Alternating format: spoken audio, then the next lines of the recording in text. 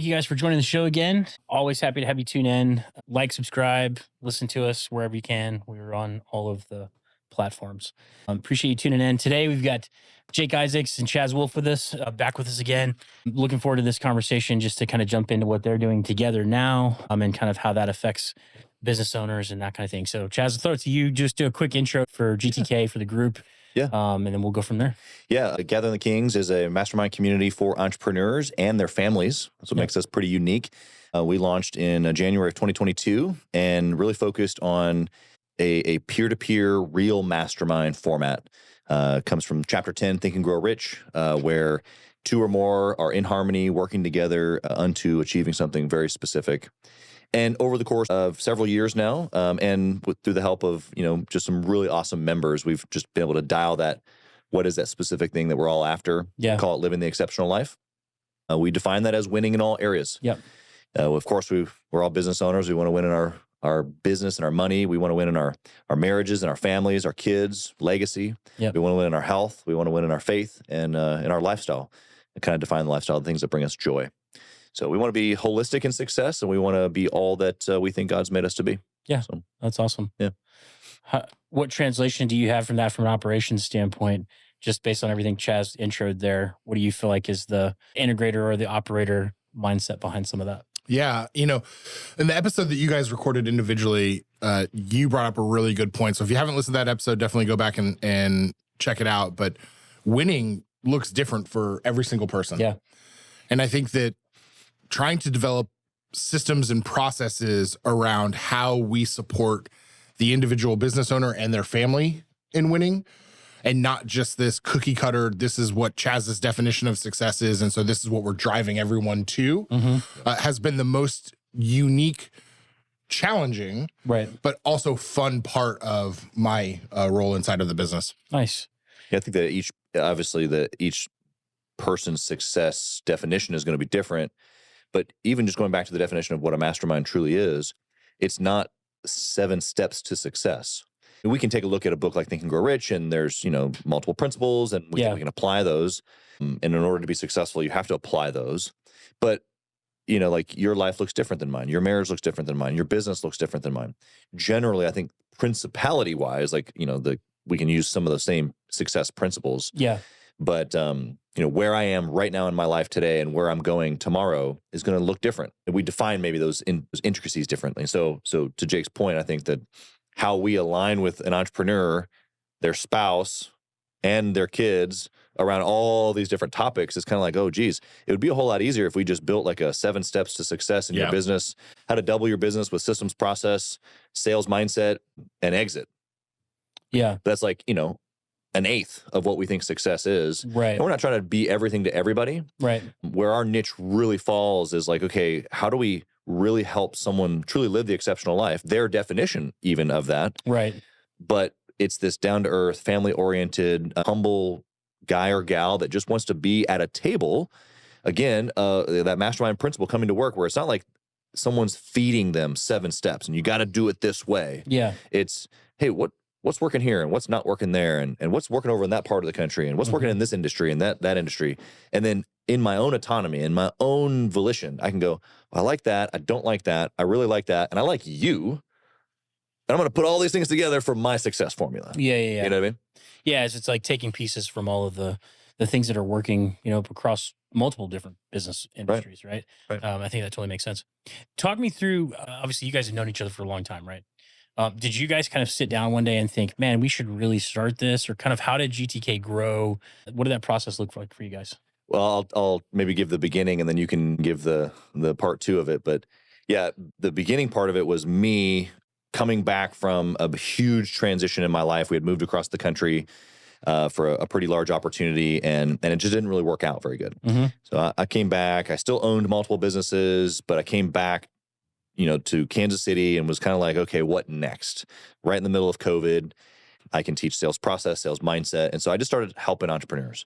And I remember my wife saying, like, this is the time to do you. Like I've multiple franchises at this point, multiple locations, tons of employees, millions of dollars in sales. I've got a little portfolio of real estate happening, but nothing had my fingerprint on it.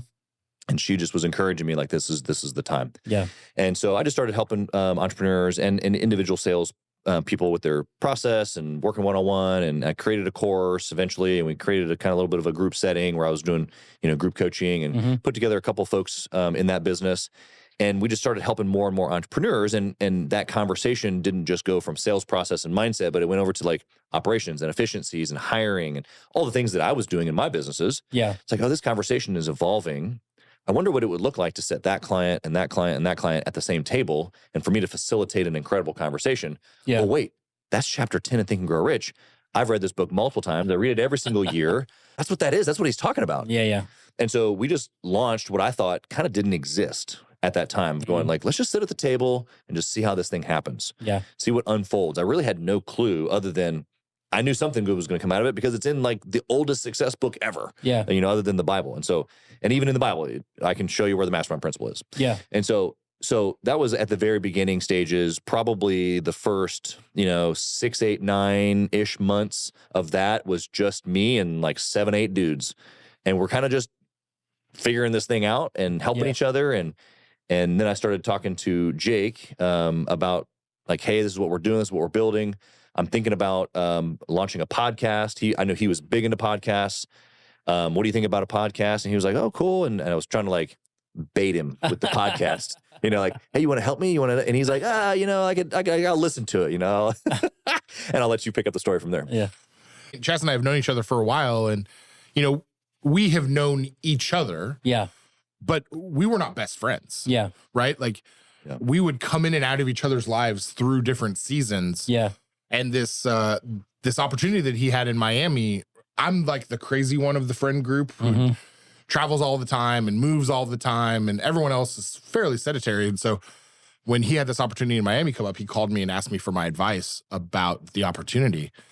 And that just kind of kicked off this next season of our communication and just checking in on each other and seeing how things are going. And through that process, I moved across the country again, and I had gotten divorced, and I was in real desperate need of community. Yeah. And he says that he was baiting the hook with a podcast, but really he was trying to figure out something to talk to me about because he was afraid that my lonely, broken heart would be too much for me to handle. And he wanted a way to continue to just have something to talk about on a weekly basis. Make the connection. Yeah. Which is what a great friend does. Yeah. Yeah. Right. Yeah. And just through that process, I was really happy in my career. I felt really fulfilled. For the first time in my life, I felt like I was marrying my talents with my faith. Yeah. And I just had such an enormous amount of intrinsic value in what I was doing on a daily basis that it didn't really make sense. Now, I loved him and I loved what he was doing and I loved the message. And I tried to figure out ways that I could help. I wasn't interested in jumping ship. I wasn't interested in working with Chaz. I had worked with some other friends in the past and helped them run businesses. And that was not a successful marriage. Yeah. Yeah. Not a successful relationship. And at that point in my life, I told him multiple times when we would talk about it that him as a friend, him as a brother was more important than any opportunity to make money. Yeah. I can go make money doing anything. But at that point in my life, friends, like genuine friends, genuine relationships, they're hard to come by. And I didn't want to ruin it for an opportunity to make money. But he wore me down eventually. Yeah, well, and I think, kind of fast forward a little bit, I've heard Jake say multiple times now, like I can't believe we get to do this. Yeah. Like right now, we're in Houston. We don't live in Houston. Yeah. To be with you, one, on this podcast, two, to record some information here this afternoon using your studio and to be able to support your business and watch how it supports our business. Yeah. Tonight we're going to do some dinner with some clients. Tomorrow we're going to Dallas to do a baseball game and hang out with some other clients there. On Thursday we get to fly to Orlando to do like a whole GTK training day with another one of our clients. Yeah. And we'll pop back home on Saturday. And so it's like, that's a work week. That's not a typical work week for us, but but that's a work week. And I already know what he'll be like, dude, we get to like serve and love people. Yeah. As our business. Yeah. Now, granted, I think most businesses get to serve and love people if you have that frame. Yeah. Right. And we do the same thing in our construction business. We do the same thing in my retail franchises where we're making gift baskets. We get to like really dig on that in the relationships of like, having clients like you and doing life like this inside of your hard-earned sweat, stress, and money, and going, this is awesome. And then of course, having lunch and all the tactical things we get to do to help you and you help us. And like, it's just pretty surreal, really, that this is what we get to do. Yeah. What was the one surprise that you guys found after a year and a half of running the group, right? What was the one surprise that you kind of took away thinking, man, I didn't really expect this or didn't really expect that? What's one thing that sticks out to both of you? I think for me, back to a little bit of the conversation that we started here with, there are a lot of mastermind programs, but they're really group coaching programs because they're trying to shoehorn you into the 5 steps to success, right? Or the 7 things you need to do to up-level your life. And I think the thing that surprised me the most is how people that are in that space for a long time, that have done those groups for a long time, they're just burned out on that process. Yeah. They just want real, genuine connection, right? They need to be able to have people in their lives that know what's happening inside of their business and can call employees by name in a conversation because there's that much care and intentionality around the relationship. Do you think it's framed in a way that makes people kind of pull back from some of it because they're no longer the hero of their own story?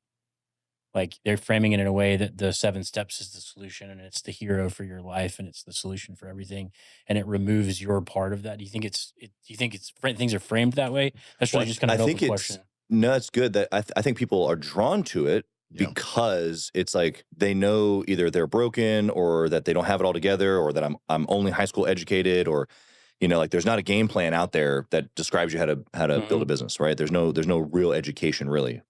Other than podcasts like this and whatever you decide to do on your own, read a book or go to a conference. I think people naturally gravitate towards just tell me what to do. Just tell me what to do to be successful, and I'll do it. Because I think most entrepreneurs are hard workers, and they're so creative in their own business. They're so like autonomous, and they're trying to have freedom. That they're just like, can you please just tell me what to do?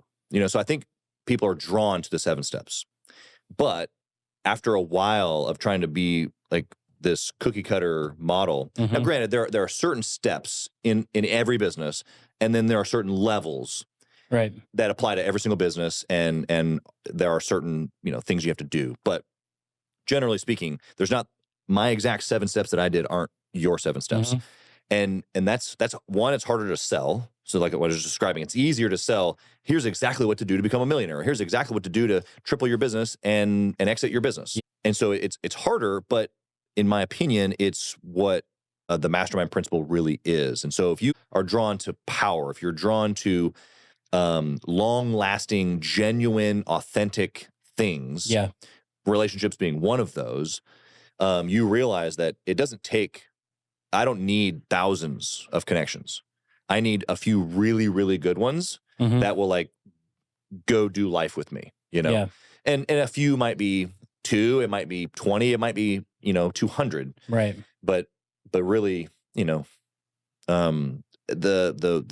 authenticity of it is probably what makes it easier for people, at least our avatar, to be able to hold on to what we do specifically. And I think it's interesting. I mean, talking about like being, getting to a place where you feel like the model is burnout because people are trying to, to your point, like they're trying to meet the 7 steps, and then somewhere along the way, it just doesn't feel like them anymore. Right. I wonder how much of that is kind of tied back to their perception of, I'm not making some of these decisions for myself anymore. I don't really, it's like, yes, you want somebody to tell you, like, just tell me what it is to be successful. But the bottom line is there's so much more to that than, it's not just those 7 things. Right. There's like a much bigger journey there for people. Well, and you and I have had deep conversations on mindset in general, but just going to some of the principles in Think and Grow Rich, it's like, I actually can't have you give me the 7 steps, and your 7 steps aren't my 7 steps. But even if they were, I have to adopt, own,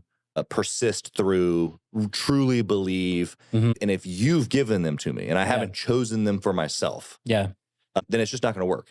Now, if I could wrap my mind around me choosing and believing and then growing in those 7 as mine, okay, sure, I could do that. Those programs work in that way because those people who believed, that adopted, that took action, they see results. But the burnout you're talking about, or the kind of like the they get spit out and chewed out, or chewed up and spit out, is because they didn't follow it exactly, and it didn't work because they didn't follow it exactly, not realizing that like their own story has to be written. Yeah, and I think your own personal experiences and your own personal decisions have to be woven into that, right? I mean, it builds a certain, mental fortitude to be able to grind through the times when it's hard, right? Because like no matter how good the system is, there are still going to be hard times, right? And if you don't have the wherewithal to weather that and move beyond it, right, like you're going to get burnt out either way, because you're going to say, "Oh, it doesn't work," but it's not that it doesn't work. It's just that sometimes things take longer than we expect, right? That kind of deal. From the family trips that you guys have done, what do you think is the number one most impactful thing for the families that have been on the trips? Is there one thing that sticks out to you? Is it just that mindset shift around focusing more time on that, or is there something else there that you guys are seeing in those groups? I'll jump in here. I think that whether it's on our trips or even just as we're talking to people online, paid ads or not, there is a general consensus that I want more for my kids. Yeah. Right? Especially for entrepreneurs, 85% of us are first gen wealth. And so whatever we've done is most likely not the life that we lived growing up. Yeah. And so we want to give to our kids a life that we didn't have, but we also don't want them to be entitled. We're tired of whether it be taking a trip or just really doing anything, even like going to church without it having purpose. Yeah. This group, this avatar, this down-to-earth, family-oriented, growth-minded, business owner is like, I want to do things calculated. Not necessarily like everything has to be planned out and precise. That's not what I mean by calculated, but like intentional, like we talked about on our show. Like I want to just think about what it is that I actually want. What do I need to do to get that? And then everything else that doesn't help me, I just remove it. Yeah. And so people, I think, are seeing events or whatever, like I was saying, just differently. All that to say that when it comes to their children, or growing their children, or putting them in an environment with other entrepreneur kids, or getting them around other adults that are amazing. Yeah. I think entrepreneurs will often do more for their kids than they would even be willing to do for themselves. Right. So that's the typical, not maybe typical, but the general like loud voice that I hear is, oh my gosh, like this was amazing for us, but like what my son or what my daughter got from this, like, I can't thank you enough. Yeah. Intentionality was going to be the word that I was going to answer your question with, but to just piggyback some of the conversation that Chaz just had there is, we have these multiple environments where fathers and sons, families together are getting the opportunity to spend time, and relationships are happening with these kids. They're growing up with each other, with other like-minded entrepreneurial children. Yeah. And we have a youth community inside of Gathering the Kings, a student community called Generation Next. And I got a message yesterday on our platform because one of the Generation Next students is like super excited to show the rest of the group tonight a logo for his new business that he and another buddy brainstormed on the beach a couple of months ago. And that's awesome. He's continued to like further that thought. Yeah. And, it's just being in those environments instead of, talking about Pokemon and Fortnite, they're talking about, how do we grow the lemonade stand? Yeah. How do we build a business? Yeah. And I think it's going to be interesting to see that transition over the next, 5-10 years, what that looks like with the generation that's coming up right now. Right. Yeah. Having seen the technology improvements, having seen the things that have changed so rapidly, even over the last 10 years. Yeah. Right. It'll be interesting to see how that generation responds and reacts to those things. So that's exciting. It's exciting to see that. It's also inspirational for us. Like, I mean, I'm a pretty inspired dude. Like I get up with a lot of energy and a lot of muster, but speaking of just our community of kids, like I'm thinking of a 14-year-old who is totally into airlines and planes and aviation. And he knows everything about all of them. Like, no joke. Like, he could tell you the fastest plane, the slowest plane, the biggest, I mean, all of it. And he's in the process of getting his pilot's license. And he was in Punta Cana on our family trip just a month or two ago. And so he's been messaging me on our platform about his new business. And I'm like, okay, I'm excited about this. What's he going to do? He wants to have like a luxury date night business where he links up couples that want to go like fly over the Rockies and then have dinner because it's attached to aviation. He's really excited about it. And I'm like, hey, okay, that's, first off, I'm blown away that a 14-year-old is thinking like this, because how many adults would be like, not possible. People won't pay for that or whatever. Sure. You're like, Yeah. no. Yeah. And I'm like, okay, how much are you going to charge? He's like, well, actually, the private jets that I know about are going to be between like $4 and $20,000. And I could do the whole thing for that. But I'll do the cheaper one. We'll just fly over the Rockies and then they'll come back and do dinner at this place in my hometown. Or if they really want to go all out, we'll get them on a larger private jet, go over the Rockies, over to Arizona from Colorado, and they'll do dinner at this specific spot, and then they'll come back. And that is inspiring. Yeah. Whether he does that or not. Yeah. Just to know that his little brain is working, and I get to push back and go, okay, well, what about this, and what about that, and have you and who's going to buy this, and where are you going to find them, and like these are marketing tactics, like actual ways to market a business. Yeah. That a 14-year-old is thinking about. Yeah. This is awesome. Yeah, I would totally agree with you on that. I think if you can inspire the next generation to start thinking through those things. I mean, I know it's like my desire for my kids is, let them stand on my shoulders and do the things that I couldn't reach and do the things that I couldn't do, right? Yeah. You're going to know that much more because of the experiences that I have that I can now pour into you, right? At the same time, right? 100%. Whether they use them or not, whatever direction they decide to go, right? Just being able to kind of share that with the next generation, from our kids' standpoint, I think that's an awesome deal. I think that every adult wants to leave a legacy for their child. Yeah. Legacy is not just the amount of money that's in the bank when you die. Right. Legacy is the knowledge that you pass on and you push through the next 1 or 2 generations of people inside of your family. I think that there's a desire to leave a legacy, but the lack of know-how on how to push that knowledge through to the next generation or the next 2 generations of family members. Yeah. That's where there's a disconnect. And so it really, over the course of the last year and a half for us, has turned into, sure, we can connect you with people that are going to help you set up the trusts and, hedge all the financial stuff, and it can all be there. Yeah. But the difference between the Rockefellers and the Vanderbilts are a great example of this. And if you're not teaching people how to steward the legacy, how to steward the resources, and how to grow them, then it doesn't matter what you leave. Yeah. Yeah, that totally makes sense. It's funny because I was just thinking about this while we were talking about all these things. So our show is much more, around technology and how technology is being used in businesses and those kind of things. And I think a lot of times, a lot of us put too much emphasis on the technology piece, and we don't think enough about the interconnectivity between people, the connection between people, right? And the preparation, the thought process, like all the things we've been talking about, mindset. Because like you can put a massive engine on a tiny car, but if the tiny car doesn't have wheels, it's still not going to go anywhere, right? And so you've put all this time and emphasis on like, oh, we need to build a system, we need to have the technology to be able to do these things. But they've never stopped long enough to think about, okay, what is the actual mindset and requirement behind it to make sure that it's actually going to get you somewhere, right? It's like, it's basically you've got the engine, but you don't have any wheels. So you're still not going anywhere because you haven't put the right emphasis on the right things. I'm curious, in the family discussions, how much of a conversation are any of them having around technology and screen time with their kids and some of those kind of things? Yeah, it's a good question. We haven't addressed screen time per se, although I would venture to say that most of the families have some sort of a like no more screen time, Yeah. There's a general, not only just awareness, I would say a hyper awareness, at least probably in our community. At least it was in Punta Cana for sure. But, okay, like they need to understand, but like them learning some of the other things of life is also as important, and probably more so. Yeah. I think it's super interesting. Like our family, my daughter is 11, and her and my younger daughter is 9, and then their friend, who I think is 10 or 11 in the neighborhood. And so they've been writing a play the last, week or two.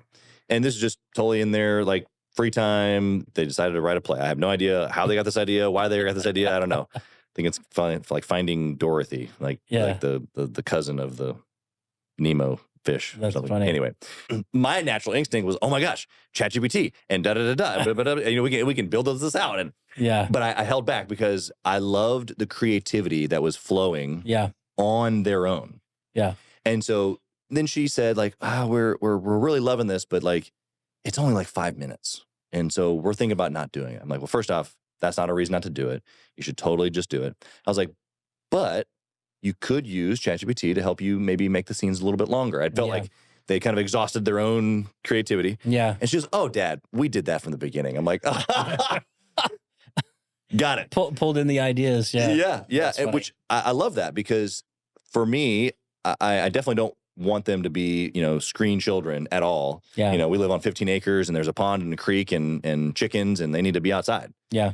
But like, how powerful is it to be able to be grounded like that, but then also know that there is real technology that can help fast forward things for them? Yeah, there are tools that you can use. Basically. Yeah. And it doesn't have to be a replacement of their creativity. It can be an addition to, Yeah, I mean, I think it's, if you go back, with technology, and I had this conversation with one of the other guys on the show.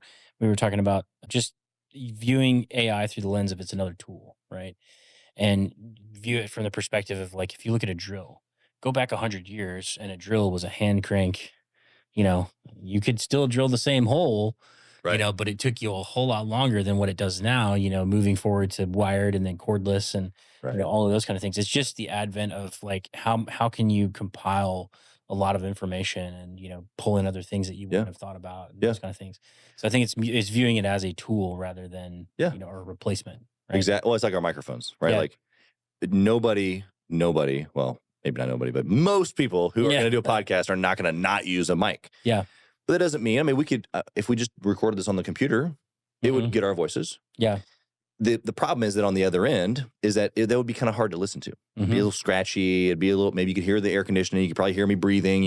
This tool doesn't replace communication. Right. It doesn't replace the ability to tell a story. Yeah. But it actually makes it better. Yeah. And so I think that's how we should use technology. And I love that's how you guys do in your business with, technology for businesses, because if you can have businesses that are actually able to connect with other humans. Yeah. Yes, it's through technology. Yes, we're using mics. Yes, it's a podcast setup, or it's a LED wall. But if my interaction, my experience can be heightened, also with then the people who are there, then it's just a no-brainer. Yeah, it makes a huge difference. I mean, we talked about it a lot in previous episodes of the show. Basically, putting 100% in and getting 98% out, right? And if you build your systems correctly and those kind of things, everybody talks about, we want 110%, but it's like impossible. Like, you're not going to get that, right? So what you're fighting against is the subtraction or the drag. Same thing like when you're talking about aviation. When you design a plane, you're trying to eliminate as much drag as possible and create as much lift so that you can actually fly, right? It's the same thing with any other thing that you're doing in business. If you're thinking about all of those things ahead of time and you're creating the right requirements and understanding what your message is. We also talk about, it's the medium doesn't matter. It could be printed medium, it could be podcast, it could be recorded message, it could be any of those things.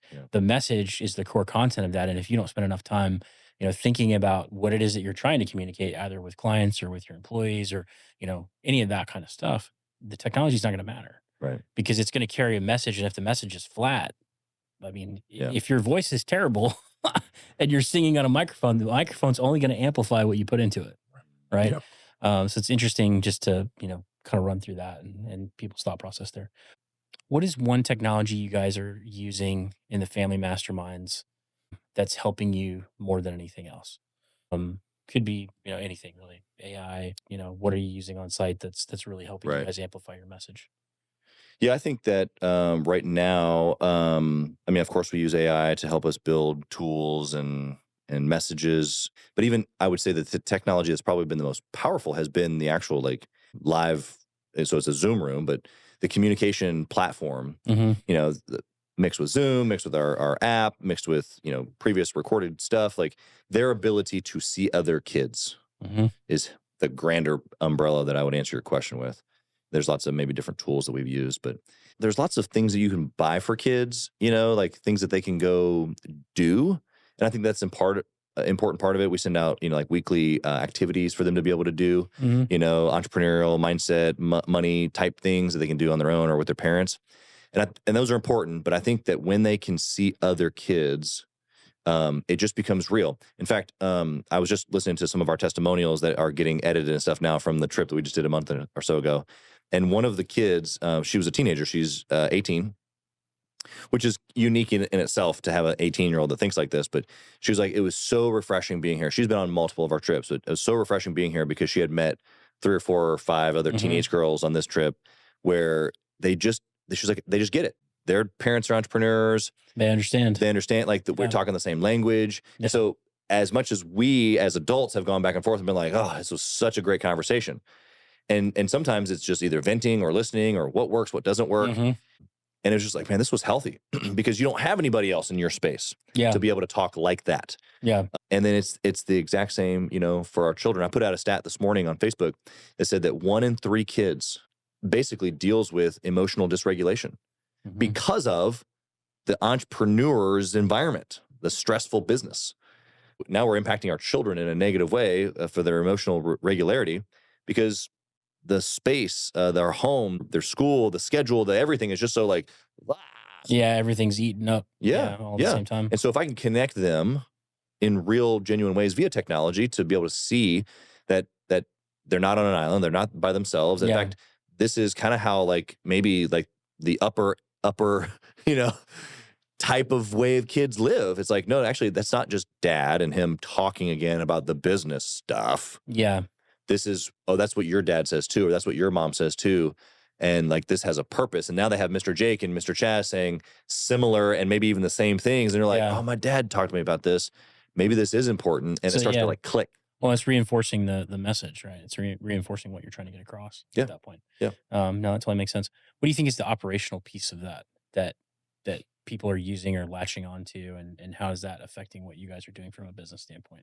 Good question. I think that it's just us continuing to make sure that we are staying on the cutting edge and not being afraid to try new things with the community and the students to give them the best experience possible, right?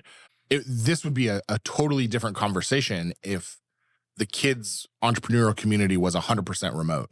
Right. But it's not. They get to go to environments like our trip to Punta Cana and spend time together, shoulder to shoulder, face to face, and, deepen the relationships. And just like we were talking about around community for adults and the importance of human connection, it's equally as important for the kids. And so, whether that be Zoom or, the community app that we launched about a year ago for the kids, or, just continuing to assess what's happening technologically around us and not being afraid to explore and implement those things. Yeah, we talk about we've had this conversation a few different times around, going to the movie theater. You're not going to the movie theater to just sit there and like look at the screen and think, oh, look how big the screen is. This is amazing. Right.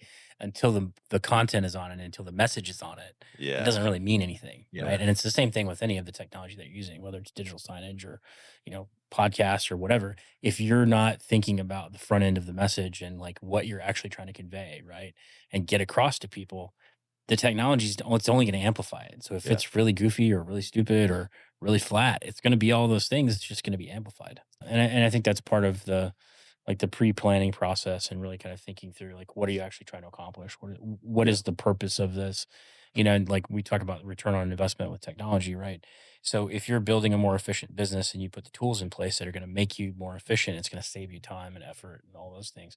There is a return on that. Right. You can't look at it necessarily like an investment where you're putting money, this much money in and you're getting, 12, 20, whatever percent return. Right.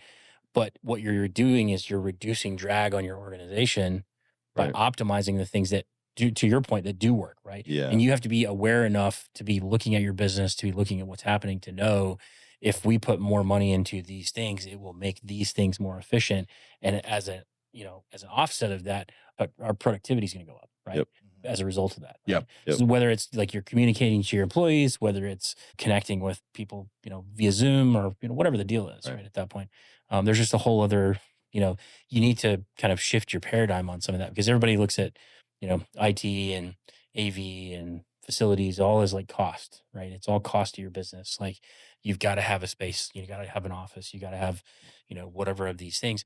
But if you start to reframe some of that and start to figure out, okay, what is it actually doing for me? Right. How is it impacting my employee's life being in a facility that's nicer or that has certain amenities or whatever? Think about Google and some of these other companies, in the rise of, the .coms and the, all of these other things that happened in Silicon Valley. And you look at all of the amenities that they put in place so that people would stay longer, do more work, be more productive, you know, all of those things. Now, there's definitely a balance there, right? So it's like you don't want to build a place that people just go and they stay there, right? Yeah. This isn't like at some point, like you need to have some like respite to be able to get away, you know, and do something else. But at the same time, if you can build things into your organization that make your people more efficient, more productive, happier, right, more, you know, ready to go to work and kill it. Yeah.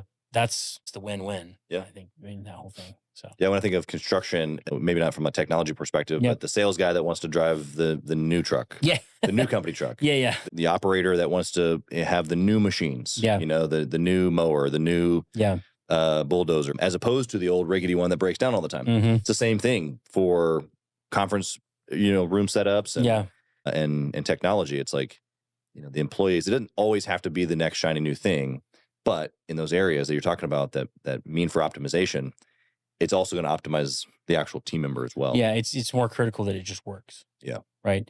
At the end of the day, like, yes, if it's nice and shiny and whatever, those are all great. And, you know, that can potentially be part of your marketing strategy or part of whatever the other things are you're looking at in your business. But at the end of the day, it has to work. Yeah. It has to be, you know, more streamlined. It has to be simple.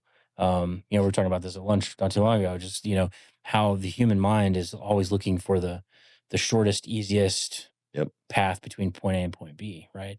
And if you short circuit that with too many, you know, turns or options or whatever, like people just totally get turned around and they can't make a decision, right? They can't move things forward.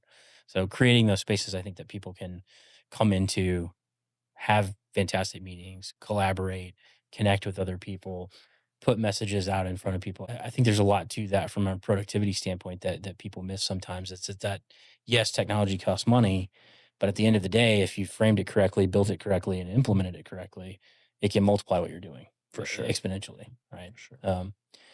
What is the one thing that you want the listener to walk away with from the Mastermind principle, both in business and in family? High-performing males, we are fed this line that you have to be the alpha. Yeah. You have to go it alone, you know. And I think all of that is just really false. Yeah. Right? Real community happens when vulnerability is present. Yeah. And that doesn't mean weakness. Yeah. So being around people that are like-minded, that are pursuing something as well. Yeah. They're reaching for achievement. I think all of that is extremely important because when you do it by yourself, you start believing your own successes or your own failures. Mm-hmm. You need to have a sounding board that'll keep you in check. Yeah. You're your worst critic or your biggest fan, and you don't ever really want to be either. Right. Because it's not a true perspective. Yeah. So I just want to know, was there vulnerability when you got that sunburn? Definitely. Yeah. Yeah.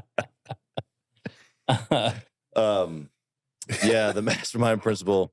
It is just so clear. Yeah. When you read Think and Grow Rich, that you need these elements. And Napoleon Hill goes even as far as to say that no one can have success and maintain it without the Mastermind principle. Yeah. Like Jake said, who's in your world? Who's in your circle? I need to be able to have people at the table that are building something incredible that I get inspired by. Mm-hmm. I need to be able to borrow courage sometimes. I need to be able to have someone that knows me at least well enough to be able to ask some questions. For some, maybe who know me a little bit more, to challenge me, to call me out, you know, call me up. Yeah. Hold me accountable, you know? And so I think without those things, not only is it just the isolation and your own critic and your own best cheerleader, because Lord knows we've all clapped for ourselves plenty along the entrepreneurial journey. Right. But I'm just missing all of the power. Mm-hmm. I kind of liken it to, you know, like I'm a lamp that's unplugged and I've got all this potential. Yeah. But without the mastermind, without a table like this of quality individuals, and in our case, what we call entrepreneur families, you know, these are men and women who want incredible businesses and families and health and faith and lifestyle. And when I see someone else doing that, when I watch them win, even in the small little bits, and they encourage me and we challenge each other back and forth and we can see each other doing life, it's like plugging myself right up to the socket and then boom. Mm-hmm. The power comes on. Sometimes I don't necessarily even need to know what they did to be successful. I just need to know that it's possible. Yeah. Because if you can do it, I can do it. Yeah, I think it's interesting. Like we talked about this briefly before. The whole thing of belief, right? I think belief plays such a big role into that. People can't believe in things that they don't at least have some understanding of. Yeah. Right. It's very difficult to just, somebody told me this one thing one time and I just believe it. Period. Awesome. Tell everybody where they can find you guys. Any last thoughts, final thoughts? Just share it with the audience. Man, love the conversation. I love running through this. This was Yeah, fantastic. appreciate it. Yeah, gatheringthekings.com is where you can find us. Of course, Jake and I both on Facebook, Instagram, LinkedIn. You can DM us there, but gatheringthekings.com is the website. You can take a look at the peer-to-peer as well as the cool vacation stuff that we do with the families. Well, our next family vacation will be in June 2026. We'll be going to St. Lucia with a bunch of entrepreneur families. You can go to gtkfamilymastermind.com to take a look at some information there. But we would love to see some of you guys there. Kind of fun. Absolutely. Awesome. Thank you guys. Thanks for Thanks, having us. Jeff. Thanks, guys.